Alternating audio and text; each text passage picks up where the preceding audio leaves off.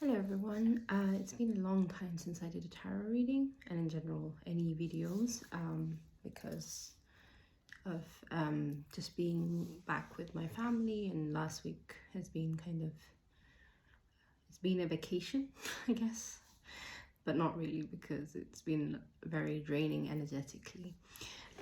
So I wanted to do a past, present, future reading for I was sort of debating between career and general life. And in the end, I think general life was the one that was coming out more.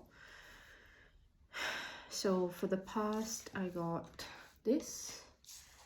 So heartache and loss, and then triumph.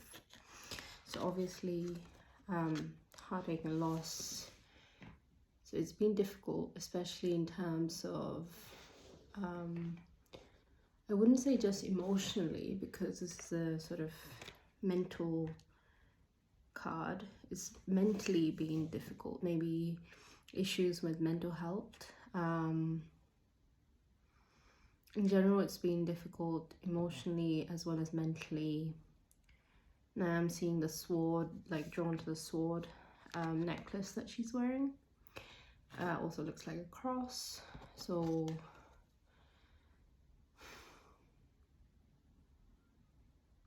I also look at her corset, looks like a heart. So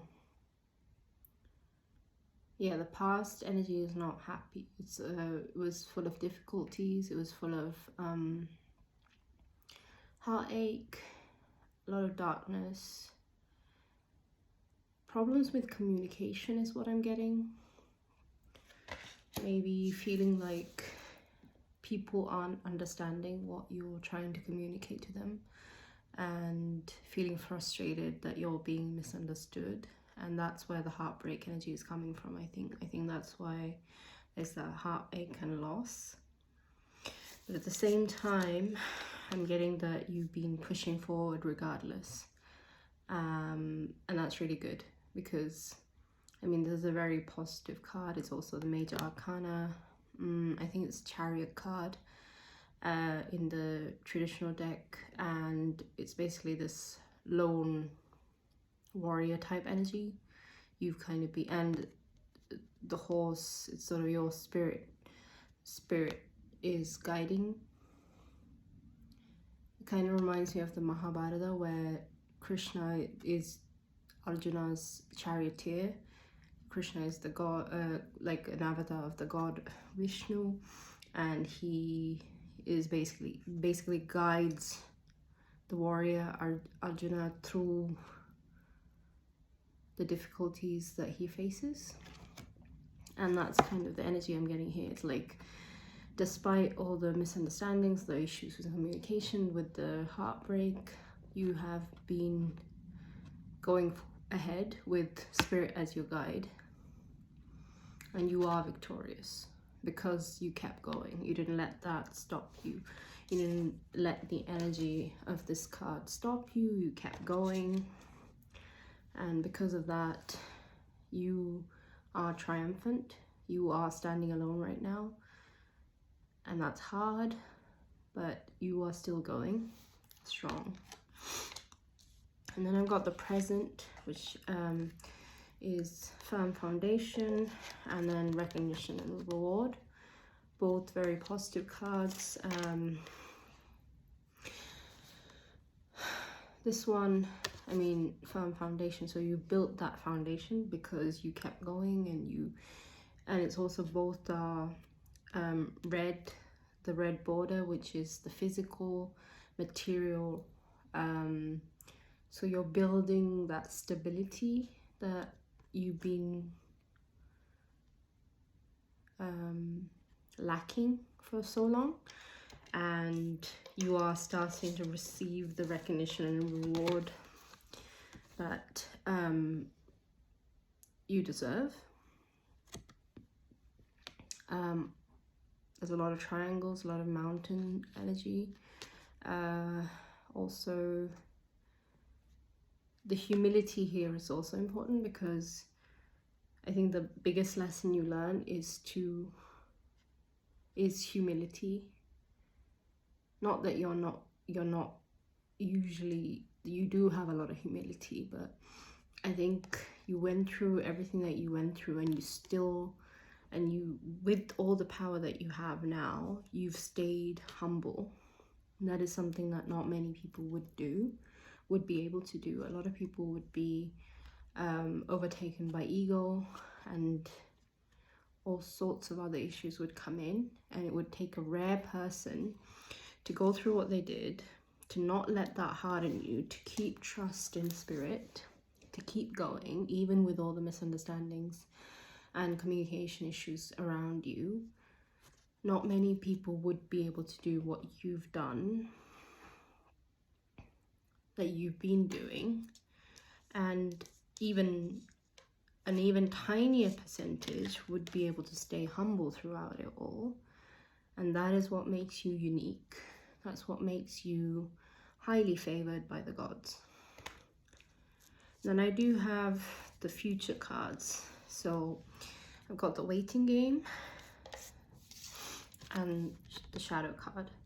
So when I first saw them, I was like, seriously? They're not the most positive cards in the deck, and I was hoping for more positive cards, but the thing is, waiting is not necessarily negative. It's frustrating, but there is a reason for that waiting, because if you look at it, look at that. You're waiting for the growth. Look at the roots, because it makes me think of the bamboo, which puts down roots first, deep into the ground, before you really start seeing the results above ground. And for it to be so strong, for this foundation to be so strong, it needs that time to put down the roots, and that's why it's frustrating.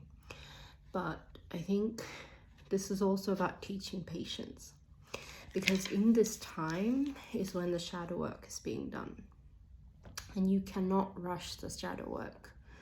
You absolutely cannot rush the shadow work. It has to happen in the time that it will take time. It will take a lot of triggers. It will take you sobbing your heart out. It will take you feeling frustrated and like throwing things and giving up, and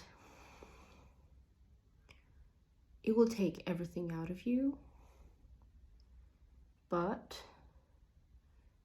again, the fact that you are willing to do this, the fact that you are willing to trust spirit and keep going, and that you're favored, that's what makes you unique. And your ability, and actually here I see the strength of you facing your shadow head on, and that is what makes you unique. The fact that you have looked at your shadow self and you're not flinching. You've accepted your shadow. You're working together with your shadow. Look, both of them are holding this scepter. So you're actually working with your shadow, and that makes you unique, and that makes you special. And probably this waiting period is also you learning to work with your shadow more, because until now I think it's been more about pushing down your shadow elements, pushing away the shadows. But now it's time to face your shadows. No, you have faced your shadows. So now it's time to learn to work with your shadow to create the future that you want. A future where you don't have to work so hard because you've done the work. It might not be visible to the rest of the world, but you've done the work. You don't have to work hard anymore. You get to manifest whatever you want into your reality because you've done the work. And the reason why you're able to manifest, or you will be able to manifest, is this. But know that manifestations take time.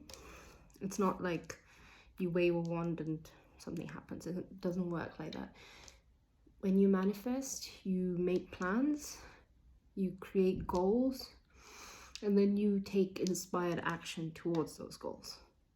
And I'm not talking about slogging 8 hours a day. That's not inspired action. It's taking small but decisive steps towards that goal. Break down your goals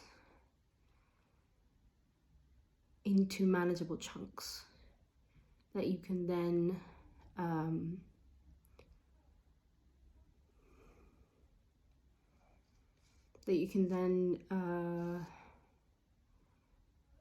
use as stepping stones to get to your highest goals.